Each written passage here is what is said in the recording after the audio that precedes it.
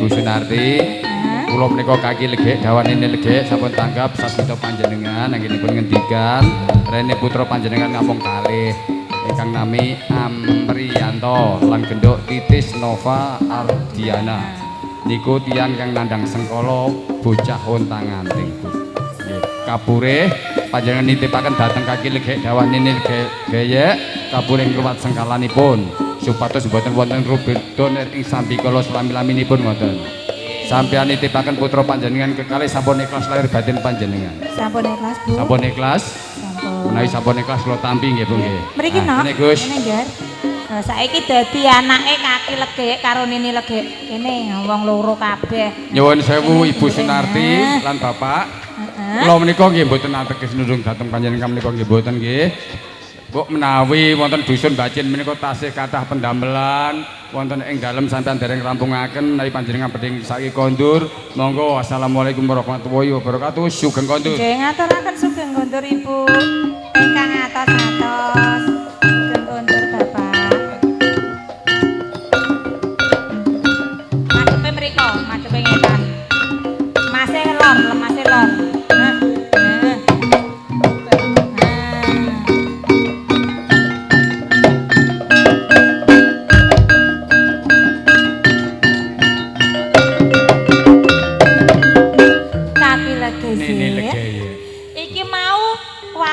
Bapak sapa Sunarto? Bapak Sugiarto. Ibu Sunarti. Lan Ibu Sunarti. Iki mau maringi putra sing semene gedene. Kamangka aku karo panjenengan krak sawetara suwe rak duweni anak to. Terus saiki diparingi anak semene gedene iki terus aku kudu piye to, Kaki? Kok kudu piye? Lah aku rong kuliner e. Ngene ya Nini. Rene kowe iki mau ora senajan iki mau ora anakmu dhewe. Senajan anak iki mung anak titipan karo Ibu Sunarti. Ya wis dianggep bae kaya anake dhewe. Aja dibedak-bedake mbok menawa kowe besok duwe anak, aja nganti dibedak-bedake karo anakmu. Ane ngene ya Kaki. Kepiye? Iki bocah sakloron semene iki rak kudune wis iso nyambut gawe to, Jo. Ya mesti ya wis bisa. Lah iya, aku rak karek kongkon ngono. Karek munduh rezekine. Munduh rezekine. Sedelok maneh mantenan. Nini legaya. Piye Kak? Rene iki mau dititipi. Wong sakloron karo Ibu Sunarti. Ya iki mau sing jenenge Kenang Ampriyanto.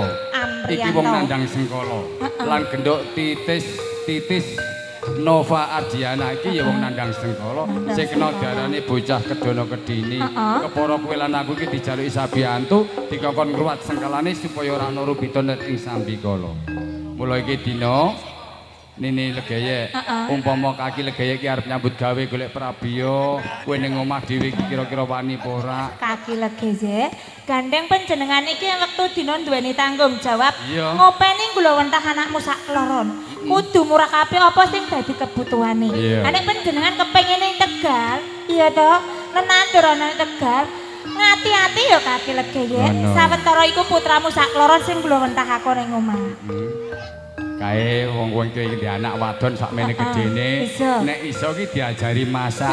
Nek wong wadon ki iso masak mesti bojone iki seneng. Apa iso? Iya ya. Ya, diajari masak. Sing lanang kae kentut kayu. Aku tak nyambut gawe. Aja suwi-suwi lho ya Kaki. Ayo ngen.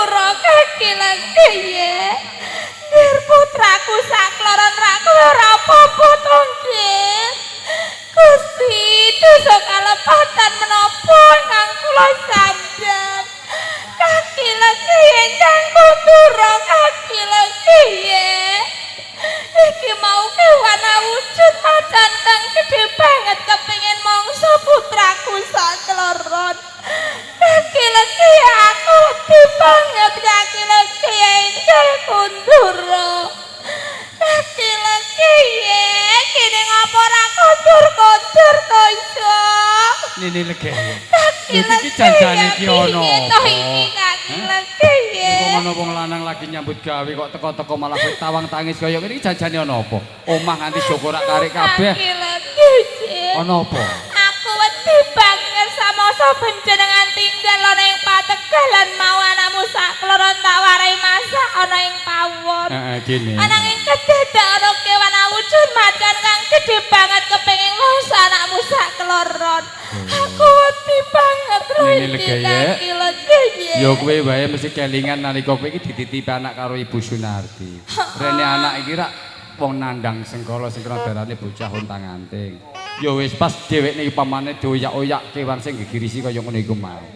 Ananging ngene iki aku wedi banget lho kaki lege ya. Saiki nek kowe wedi kowe ya karepmu kepiye? Ngene yo kaki lege ya. Aku ngerti nek panjenengan iki wektu dina kepengin lunga golek pangupacara kanggo putramu sak kloron. Jalaran putramu sak kloron iku butuhke probe apa wae. Ananging kaki lege ya. Lagi wae panjenengan tindak tinggal ana ing Pategalan ae kahanan wis kaya ngene. Aku njaluk kanca rowang yo kaki yo. Iya ya. Nene lega ya. Kowe tak kandhani sing jenenge Kenang Amrianto lan genduk Titis Nova Ardiana. Kabeh menungso ki duwe sedulur tuwa papat. Rene genduk lan Kenang ki duwe sedulur tuwa papat. Sedulure tuwa papat ki bakal tak tekake ana papan kene kanggo sabiyantu marang kowe njaga keselamatan marang anakmu. Yen to kuwi bisa murakapi keselamatan anakmu sak kloron ninggal kaki undangan kaki legi ye. Kowe wae ndedonga wae. Supiah amarah Alu amah mutmainah.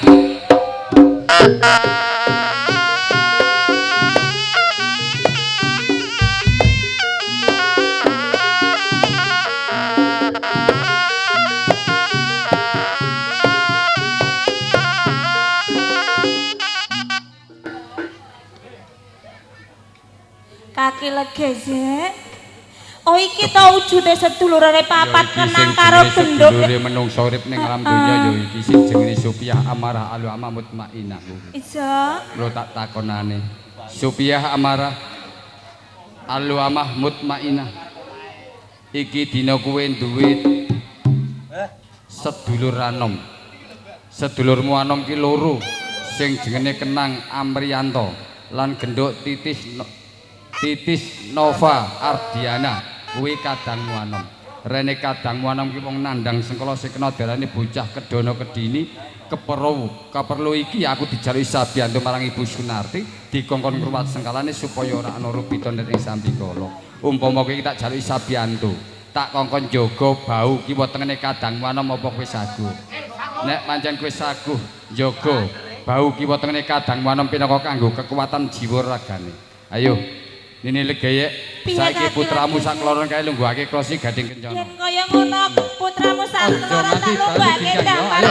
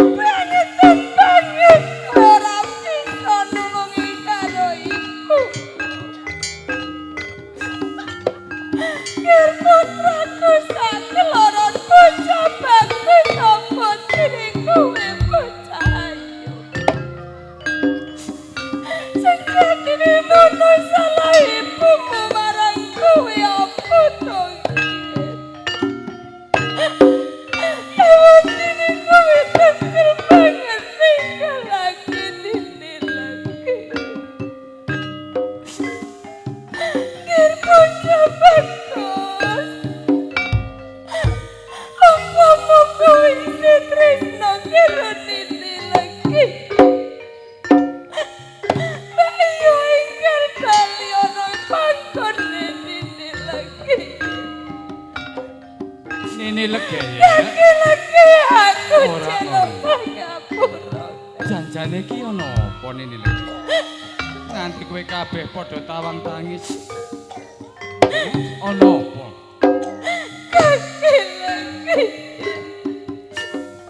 Lagi nendeng aku duweni putra loro cacahe. Ananging kene ngopo kanan kaya ngene kaki lagi ya. Nalika semana panjenengan pamit kule pangupo jiwa kanggo putramu sakloron. Awatine putramu sakloron sinampirake ana ing pundakku. Supaya aku bisa ngulawan rasa rino lan sawangine. Ananging kaki lagi Wes, Nini. kaya rano gunane aku repono ing alam dunya iki. Ento kasunyatane aku ora bisa dadi ibu kang becik kanggo putramu. Kaki. Gini. Wis Nini lege ya. Nanti kowe tawang tangis kaya ngono iku mau. Janjane iki ana apa?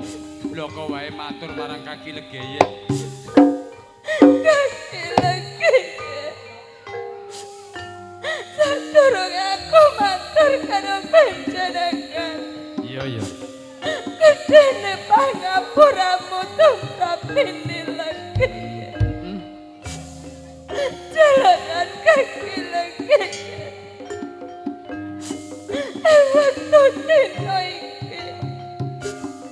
Waktu dino iki putramu sakloron. Anakku hilang. Aneh kaki lagi.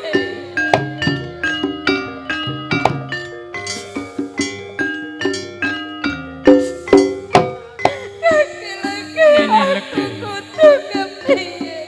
Yo. Kowe sing mesti ya kudune kelingan. Anak iki mung anak titipan. Nek nganti anakmu iki murca saka ing palungguhan, kowe kabeh sedulure kabeh rak padha ngerteni. Lho mbok menawa iki wong tuane sing jenenge Ibu Sunarti kepengin ngerti seger kuwarasane marang anake, yo anake iki ra ana, apa ora kowe kepirangan? Kepiye Nini? Tapi kang dadi sedih ngatiku jalaran putramu sakloron iku mung putra titip. Ya. Wis. Samangkone yen wong atuane tumengkone ing rompoke Nini legi tanggung jawabku kepiye. Nini lega ya. Iya. Ibarate nganti kowe iki sedina nganti kok tangisi pitu. Nganti ngetokke luh geteh. Ya ora bakal bisa ketemu yen ora kowe lan aku iki budidaya marang anakmu. Mula rene kowe mau wong wadon ora usah melu cawe-cawe perkara iki. Kowe ning mburi ndedonga wae supaya anakmu iki bisa enggal-enggal ketemu ngono. Kaya ngono aku njaluk pamit ana sanggar pamuja. Ya. Aku kepingin ndedonga muga-muga wae putramu sakloron ingkang bali. Aku njaluk pamit. Ya. Lagi. Supiah amarah alu amah mutmain. Nalika semono kuwi iki tak janji, tak kongkon jaga bau kiwa tengene kadangmu anom, Kenang Amrianto lan genduk Titis Nova Ardiana. Ya gini yo, kadangmu anom iki murca saka ing palungguhan. Kowe kabeh padha rak ngerteni. Supiah amarah alu amah mutmainah. Iki dina aku njaluk sabiyantumu sing kaping 7 apa kowe saguh ya. Nek pancen kowe saguh, ilange kadangmu anom sak kloron. Kowe tak kongkon goleki saguh. Mutmainah, kowe mutmainah sedulure tuwa menungsa urip ning alam donya sing dene Aji Panglimunan. Aji Panglimunan kowe bisa manjilmu dadi apa wae kowe iku bisa. Apa meneh kowe ndek Aji Ganda Pangurasa. Aji Ganda Pangurasa kowe bisa ngrasakake ning ndi papan dunune kadangmu anom bisa nglacak. Umpama kowe aku njaluk sabiyantumu saguh. Nek pancen saguh Supiah amarah alu amah mutmainah. Ayo, golek ana kadangmu anom aja bali-bali yen durung bebarengan karo kadangmu.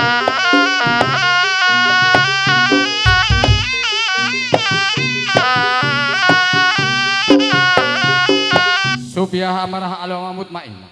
Nalika semana kowe tak utus tak kon goleki kadang wanem ning Yogini. Ora bebarengan karo kadang wanem ning bebarengan kewan sing gegirisi kaya ngene iki mau. Apa bener kewan sing gegirisi iki sing nyidra kadang wanem? Nek pancen kewan sing gegirisi iki sing nyidra kadang wanem. Supiah amarah alam mutmainah. Kowe sedulure menungso urip nang alam donya nalika semana badanmu iki badan halus nganti kowe tak ciptake badan sing kasar wujudmu kaya ngene. Mula kowe iki bakal tak ciptake badan halus meneh. Lebonono nggih bocah bagus. Jiwa ragane kadang wanem pinaka kanggo kekuatan.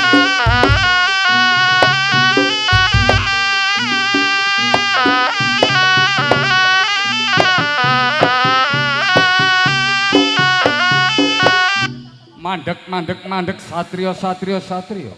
Tejo leksana tejane wong anyar katon. Gembludung kaya krikil malang-malang lir kadya. Nggih bocah bagus. Sapa kang dadi peparatmu saka ngendi papan panggonanmu?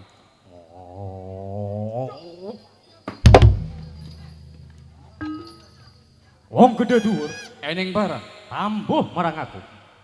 Tanah pulo Jawa iki ora ana loro telu. Ya mung siji aku sing kena diarani Sri Darakolok Glab Sayuta. Bali kowe sapa wong gedhe dhuwur? Saka ngendi papan panggonanmu? Hoi. Dadi kuwe sing jenenge Sri Bathara Kala Glab Sayuta. Iya. Sri Bathara Kala Glab Sayuta. Eneng barang. Ya wis ana jamak lumrah. Sing jenenge menungso urip iki ketemu sak tengahing dalan ki takon pinakon. Iya. Nek pancen Sri Bathara Kala Glab Sayuta ora ngerti sapa sejatine aku. Aku sesepuh ana ing tanah Pulu Jawa. Kaki legek dawah ini legeyek kuwi kang dadi sesilehku. Kuwi lha dalah kaki legek. Eneng barang. Yen kowe lali karo aku wis lumrah. Ning wis mesti wae kowe ora lali marang suaraku. Iya. Rikala semono aku duweni gelar Senopati Agung ana Majapahit. Raden Gembong Kamijaya sing dadi aranku. Iya. Apa kowe ra kelingan kaki Iya, legek? pancen nalika sejarah tanah Pulu Jawa aku kelingan. Yen rikala semono ing Majapahit kadaman pageblok. Esuk loro sore mati. Yen sore loro esuk tekane pati. Pageblok kuwi mu bisa waluya tumaing jati. Ning kudu ana syarat sranane kaki legek. Ora liya tumbale wong ireng cemane loko sak kembaran. Aneng ya gene kowe ora gawe gampangku anggonku golek tumbal. Malah kowe gawe ribete lakuku. Nanti kowe lan aku padha padudon. Yo kaki legek, yen rikala semono aku perang tanding kelawan kowe aku pancen kalah. Ewa semono nalika aku nyecep ngeruwe Pak Guron sing manggon Gunung Serandil. Aku entuk pameleng saka guruku. Yen aku ketemu karo pawongan sapa wae utawa musuhku sapa wae, aku ora entuk guyu laka-laka. Nalika aku perang tanding kelawan kowe, aku lali Purwodesina. Banjur aku guyu laka-laka. Leno pangendahku cemlor to ning lalaanku banjur mbroko Bandung Bandawasaku. Sanalika iku aku lumpuh Randedaya. Aku njaluk mati rambok pateni, malah aku mbok dadekke kawulamu. Yo kaki legek aku gelem mbok dadekke kawulamu. Ning aku duweni loro panjalukan marang kowe. Sing kapisan yen rikala semono minangka aku dadi Senopati Agung ning Majapahit. Papan panggonanku ning Majapahit. Rene aku mbok dadekke kawulamu. Aku njaluk gantine papan panggonanku. Mbok wenehi ana ing alas roban. Ngombeku nang rawa sedu. Sing kaloro yen rikala semono minangka aku dadi Senopati Agung ning Majapahit. Jadang panganku kebo sapi kidan lan menjangan. Rene aku mbok dadekke kawulamu. Aku njaluk gantine jadang panganku. Mbok wenehi ditisik Bapak Dami Buhawa. Kang nandang sengkala akeh siji nem pitu pamungkas. Kaki legek. Ening barang. Haning ya gene iki dina aku wani mlebu ana sakjroning desa Bajen kene. Iya. Ana pawongan sing jenenge Ibu Sunarti kae. Iya. Ibu Sunarti kae duweni putra loro cacahe. Lanang karo wadon. Sing kena diarani bocah kedana kedini. Haning ya gene sakwise tatadah klompongso ora gawe tentrem ayeme sakjroning guwa garbaku. Malah kaporo gawe sangsarane sakjroning guwa garbaku. Rasane nganti panas pedes pereh. Kuwi apa sebabe kaki legek? Kowe takon apa sebabe sakwise nadah kala mangsa anakku sak keloro. Iya. Sri Bathara Kala gelap saeto. Nek ngono ateges kowe iki lali janjimu marang karo Raden Pendhul nalika sejarah ing tanah Blujawa. Janjine Raden Pendhul. Sri Bathara Kala gelap saeto. Kowe kena nadah kala mangsa titise Bapadami Puhawa. Ning wong sing lali-lali diruwat sengkalane wong tuane. Kuwi kena kok tadah kala mangsa ning aja pisan-pisan. Kowe wani nadah kala mangsa wong sing eling ruwat sengkalane anake. Kowe mula nganti sakwise kowe nadah kala mangsa anakku sakjroning guwa garbamu rasane pedes panas pereh. Kuwi takon apa sebabe? Sebabe anakku wis tak sampiri janur kuning, tak weni aji sangut kuwi nandhake wong wis suci ora duwe sengkala meneh. Mula iki dina Sri Bathara Kala gelap saeto. Eneng Baran. Entuk ya tak jaluk, ora entuk ya tak jaluk. Kaki lega Eneng Baran. sugih kendel bondo wani. Kowe wani njaluk putramu sing wis ana sakjroning guwa garbaku. Apa pawitanmu?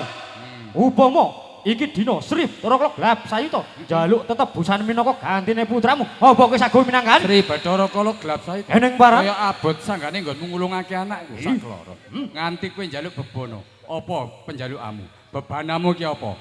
Kabeh bakal tak ujuti apa sing dadi penjalukmu. Waton donya iki ana wujud. Kowe njaluk Mas Picis Raja Brana. Kowe njaluk busana sing gemebyar kae.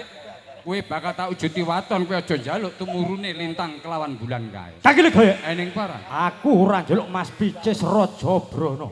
Tumurune lintang kelawan rembulan kuwi ya ora. Ayo. Rene putramu ki raga kantelan nyawa sing kepanjenengan Sukma. Iya. Minangka gantine raga kantelan nyawa sing kepanjenengan Sukma. Sing nganggo Surya Seta. Surya Seta. Kang aran pitik putih mulus loro jajahe. Kuwi sing kapisan. Iya. Sing kaloro beras rong fitrah sak bumbune. Sing katelu mori putih rong dedek rong pengawe. Ora esuk ora sore yen kaki legek saguh mujuti sing dadi panjalane Sri Bathara Kala gelap sayuta. Putramu bakal lukarake. Welah. Sri Bathara Kala gelap saeto. Eneng Bar. Kaya abot sangane nggonmu ngulungake anakku nganti kowe njaluk bebono kaya ngono iki mau. Iya. Pancen aku nalika semono kelingan sejarah ing tanah Blujawa. Yo, nek pancen kowe njaluk sing kok jaluk tebusanmu kuwi mau. Raga sing kandilan nyawa. Kepanjenengan Sukma kang aran pitik putih mulus. Beras sak pitrah bumbu pawon sak cukupe. Mori putih sak dedek pengawe. Ora esuk ora sore. Nek anakku kolong aku esuk bakal kowe tak ujuti esuk. Kok ulungake sore ya kowe bakal tak ujuti sore.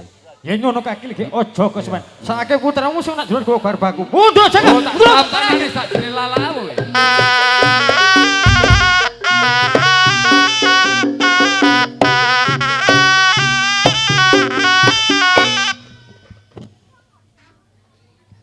Nini legeye.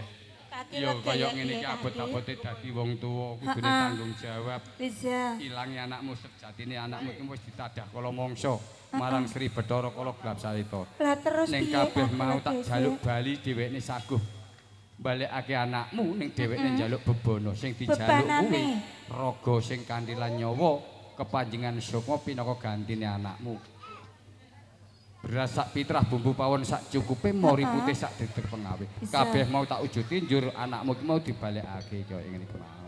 Anakku sak kloron bali terus mancing ning ngendi kaki legi. Iki bocah iki kene. Kene nggir. Ya Allah Gusti, aku matur nuwun banget ya kaki legi yen dene putramu sak kloron wis bisa bali ana ing rompoke dhewe. Nek nganti anakmu ra iso bali kowe wirang apa karo wong tuane. Ayo mesti aku bakal ditukani. Mula rene iki anak wis bisa ketemu. Bisa. Kowe wis rumangsa ayem. Wis ayem banget aku kaki legi. Perjak ganter-ganter sing ana sak dhuwure gendeng. Apa ya arep ana Mbok menawa wong tuane iki kepengin ngerti seger kuwi. Assalamualaikum warahmatullahi wabarakatuh. Warahmatullahi wabarakatuh. Enak rada mundur.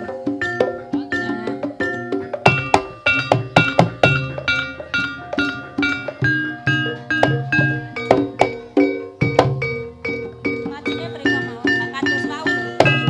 Maju mriki. Ini lega ya. Piye kaki legi? Kowe rak mesti ora pangkling to. Iki wong tuane kenang Bisa. Ibu Sunarti. Ibu Sunarti. Tak takonane lho Monggo, kok gowo Kak kaya Lege. ngene iki janjane iki kanggo apa? Nyuwun sewu Pak lan Bu Sunarti, rawuh panjenengan wonten gubukipun kula panjenengan beto kados mekaten menika janjane niki kangge napa niki? Minangka tebusan anak kula. Kaki bebunga. Kaki legeyek nini legeyek. Oh nggih. Dados panjenengan menika beto kados mengeten menika kangge bebungah dhateng kaki legeyek, dawah nini legeyek ning bebungah menika kangge nebus putra panjenengan. Kula tak tanglet dhateng panjenengan. Lho putra panjenengan sampeyan badhe tebus jak mantuk janjane teng dalem wonten nandhang napa niku? Wonten napa teng dalem niku? Sampun kula ningkahake. Binjang napa? Wau nggih. Wau. Oh nggih, Bu Sunarti. Kula menika nggih saderenge kula niku paring donga dhateng putra panjenengan nini legeyek kae ditampani mesake kae. Nek saderengipun kula tampi Bapak Ibu, sampun ikhlas panjenengan nggih. peparing kados ngaten menika sampun ikhlas lahir batin. Ikhlas nggih, menawi sampun ikhlas dalem tampi matur sembah nuwun Bapak. Matur sembah nuwun Ibu. Nyuwun tulung Pak niku berasa jenengan asta. Tanganku rak kuat. Kaki legeyek, mangke rumiyin nggih. Nggih, kok kesusu arep kondur lho. Ibu Sunarti, rene panjenengan menika hajat panjenengan menika rak ningkahaken putra panjenengan nggih. Ingkang paring asma niki Amriyanto niki. Oh nggih. Bu, kula menika kaki legeyek tiyang sepuh, mboten saged paring sabiyantu napa-napa dhateng panjenengan.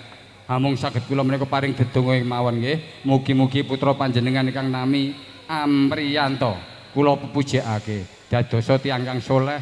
Nggih, bekti dhateng tiyang sepuhipun kekalih migunani tumrapipun nusa lan bangsa lan negari lan agami Bu nggih. Nggih. Rene panjenengan menika badhe ngejak kondur sakderengipun ngejak kondur putra panjenengan kula menika titip. Kula menika titip nika wujudipun janur kuning nggih. Janur kuning niki sengkalane anak panjenengan nggih. Sengkalane putra panjenengan kang paring asma Amriyanto nggih. Kula titip selaminipun sepasar dinten. Sampeyan mangke dekek ngandhapipun tilem kenang. Nggih. Menawi sampun sepasar dinten, sampeyan bucal mboten napa-napa nggih. Niki sengkalane putra panjenengan. Nek bucal sengkala ampun sembarengan, kedah dipun bucal wonten teng lepen. Nggih, teng lepen. Nggih, lan malih kula menika nggih titip niki gadane genduk Titis Nova Ardiana. Ugi nggih 5 dina nggih Bu nggih. Sepasar dinten mangke sampean dekek ngandhapipun tilem. Nek tiyang mantu niku Bu, nek pun sepasar dinten niku pun aman. Umpami dados nganten niku medal mboten napa-napa, kathah slamete mboten napa-napa. Nggih, sepasar dinten mangke nggih ngoten nggih. Dipun bucal ampun bucal sembarangan, dipun bucal wonten teng lepen. Nggih, nggih.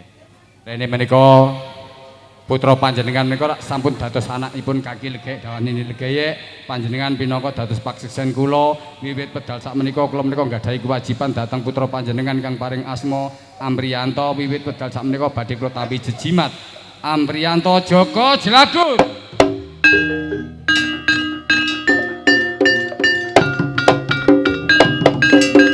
Menika ingkang genduk Titis Nova Ardiana Prawan Jelagut.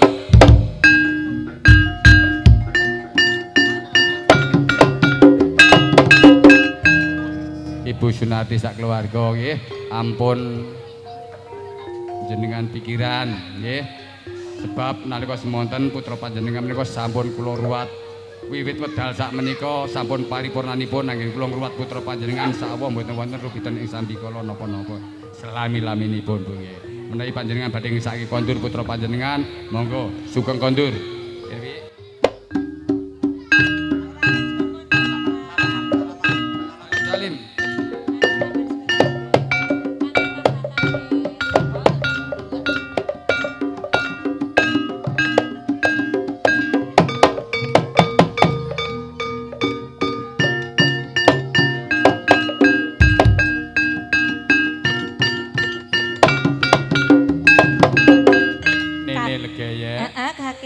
Iki diwenehi apa kabeh iki mau? Aku gumun lho kaki legeyek.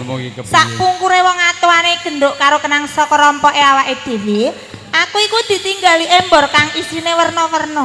Sajroning embor iku ana berase kuning, ana kembang setaman, ana wajibe, suket alang-alang, godhong apa-apa, godhong kluweh, sing pungkasan kuwi ana kupat luar. Lah kuwi jane mono apa ana werdine to, Kak? Nene legeyek. Kabeh isi embor iki ana werdine. Nek kowe kepengin ngerti werdine tak werdekake ana ning papan kene. Werdekke siji mbaka siji Kaki Lege. Apa sebabe nganti kowe iki diwene embur karo Ibu Sunar? Heeh. Embur kuwi kowe dikongkon gembur. Gemburake sanak kadang tetangga kabeh. Iso. Nek wiwit dina iki sing jenenge Ibu Sunarti duweni hajat. Sepisan ningkahake anak. Iso. Sing kaping pindho ngruwat sengkalane anak. Iku kajate Ibu Sunarti. Kuwi tegese embor. Embur. Kamangka sajroning embor iku ana beras kuning. Beras kuning ki rumangsa suwe banget nggone Ibu Sunarti.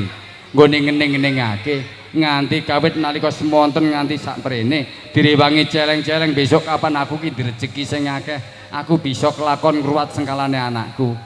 Ki beras kuning. Beras kuning. Kejaba kuwi ana kembang setaman. Kembang setaman rene Ibu Sunarti ki rumangsa eman karo anak kepara dina iki diruwat sengkalane supaya ora ana rubiton ing sambikala. Ora ana alangan sawijaba. Ha iki ana wajibe lho Kaki. Wajib kuwi wis dadi kewajibane wong tuwa. Sing jenenge Ibu Sunarti iki wong tuwa kudune wajib menawa ana anak ningkahake anak ya kewajibane wong tuwa. Ana anak ngislamake anakku ya kewajibane wong tuwa. Ngruwat sengkalane anak ki ya kewajibane wong tuwa. Kuwi wajib. Ha iki ana suket alang-alang karo suket alang-alang godhong apa-apa muga-muga kajate Ibu Sunarti sak keluarga diparingi keselamatan.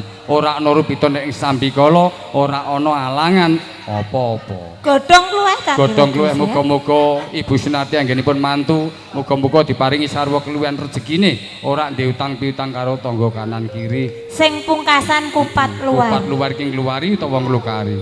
Mula wiwit dina iki kowe sak isore tratak rambat pinaka dadi pakseksene Ibu Sunarti sak keluarga. Nene Legaya, kowe pinaka dadi pakseksene Ibu Sunarti sak keluarga lan aku. Wiwit dina iki rene Ibu Sunarti sak keluarga kuwi duwe hajat sing sepisan ningkahake anak sing jenenge Kenang Amriyanto. Sing kaping pindho ngruwat sengkalane Kenang Amriyanto lan genduk titis Nova Ardiana. Kuwi diruwat sengkalane. Rene dina iki wis paripurna anggene kula ngruwat sengkalane muga-muga kajate Ibu Sunarti sak keluarga dipun seseni. Dinten 7 pekenan gangsal dumawah dinten Rebu Paing. Dinten Rebu Paing. Ugi nggih dipun seseni Kaki Danyang Nini Danyang sing rumangsa ngersa dusun Bajin. Sedaya danyang niku nyekseni kajate Ibu Sunarti sak keluarga. Ugi nggih dipun seseni para sunan, para wali, para nabi ingkang sampun sumarak wonten ngarsanipun Gusti Allah Subhanahu wa taala. Sedaya sami nyekseni kajatipun Ibu Sunarti sak keluarga. Wiwit dina iki Ibu Sunarti sak keluarga anggone kajat sampun luar saking kersane Allah. Allahu Akbar, Allahu Akbar, Allahu Akbar.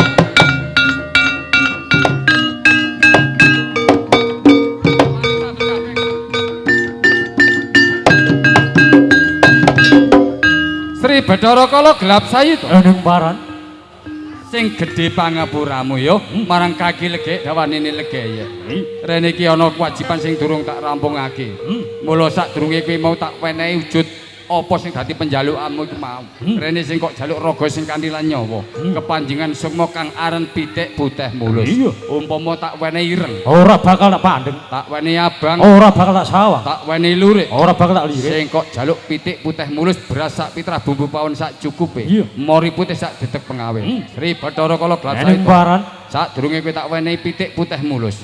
Aku njaluk sabiyantu sing kaping pindho kowe sago. bakal tak Nek wujudi. pancen sago, mbok menawa iki ana rubiton ing sambikala sing bakal nempuh ana ing daleme Ibu Sunarti sak keluarga saka lor. Tak ayo tak baleke ngalor. Umpama rubiton ing sambikala saka wetan, Tak ayo tak baleke ngetan. ana rubiton ing sambikala saka kidul, Tak ayo tak baleke ngidul. ana sengkala saka kulon. Tak baleke ngulon. Sri Bathara Kala gelap sayu to. Kiblat papat wis kok jaga keselamatane Ibu Sunarti sak keluarga. Nek nganti isih ana rubiton ing sambikala sing bakal nempuh ana ing daleme Ibu Sunarti sak keluarga, kowe sing saguh balekake. Saguh. Nek pancen kowe saguh bakal tak ujiti apa yang dadi penjaluk pitik putih mulus tanpa nono.